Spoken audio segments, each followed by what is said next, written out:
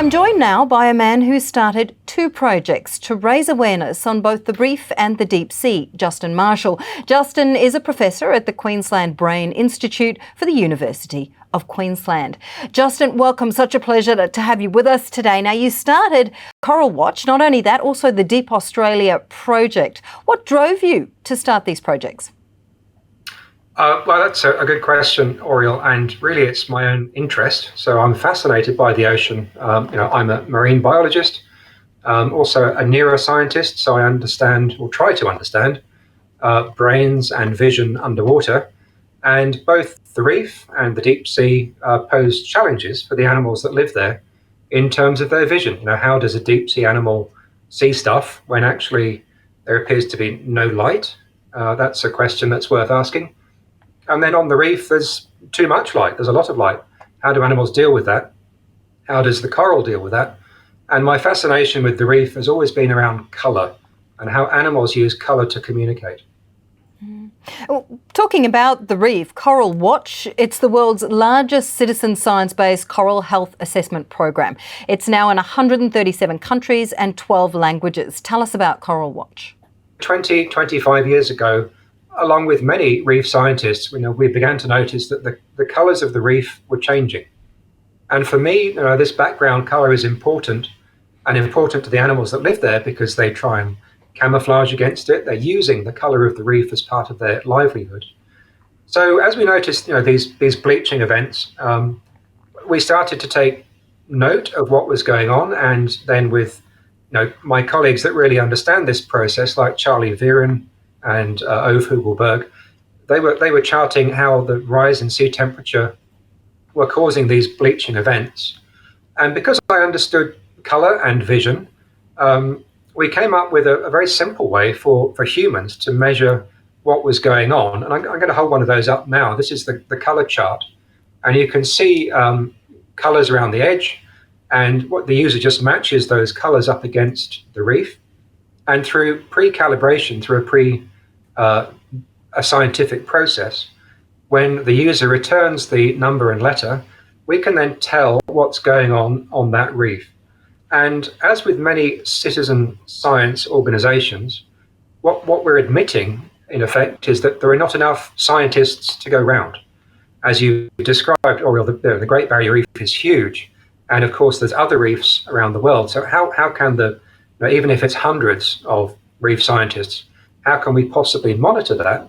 And we do that by engaging the rest of the world, the people who are interested that can get to the reef, use one of these charts and actually return the data to us.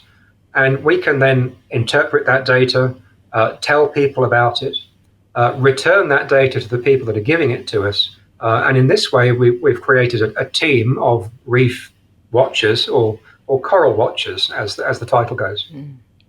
So what's the result of having this group of people that are out there watching the coral? What are the main findings? The main findings are, I think what we what we know, and we've contributed to that, which is that reef systems around the world are declining, and they will very likely continue to decline. So, for example, in 2016, I was present during the massive bleaching event that overtook the Great Barrier Reef and other reefs around the world, and it was a profoundly awful experience for me. It was I now, not to be dramatic about it, I have PTSD based on that event.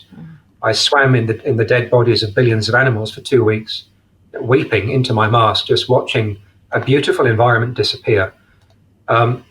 Luckily, some of those areas of the environment are recovering. If we give them time, they can recover.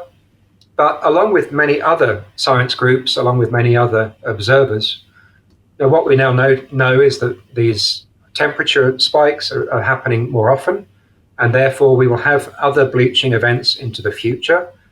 And unless we can help the reef get through those in some way, the reef will continue to disappear. We've probably lost 50% of the world's reef in terms of coral cover over the last 50 years, maybe more.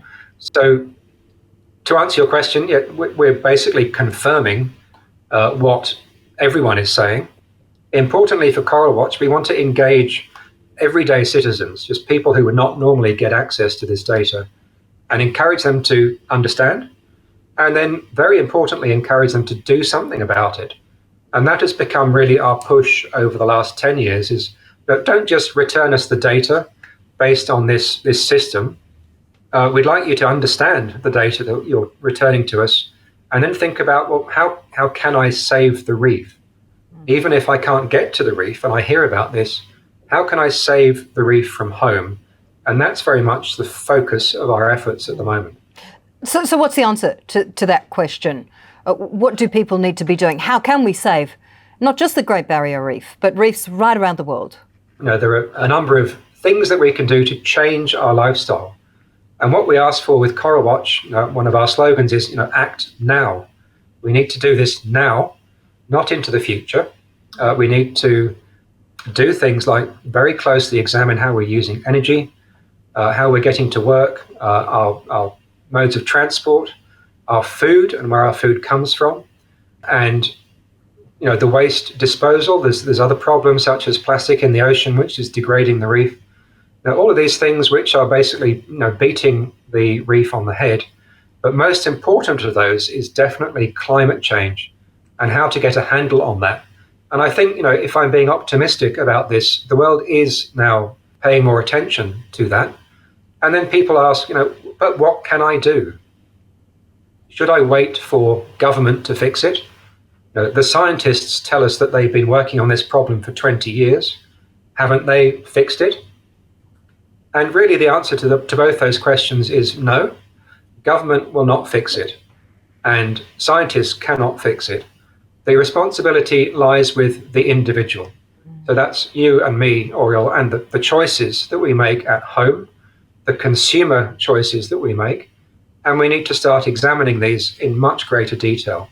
And that's the impetus behind the book, it's not just a book, it's a whole program that we're writing at the moment, which is entitled, What Can I Do?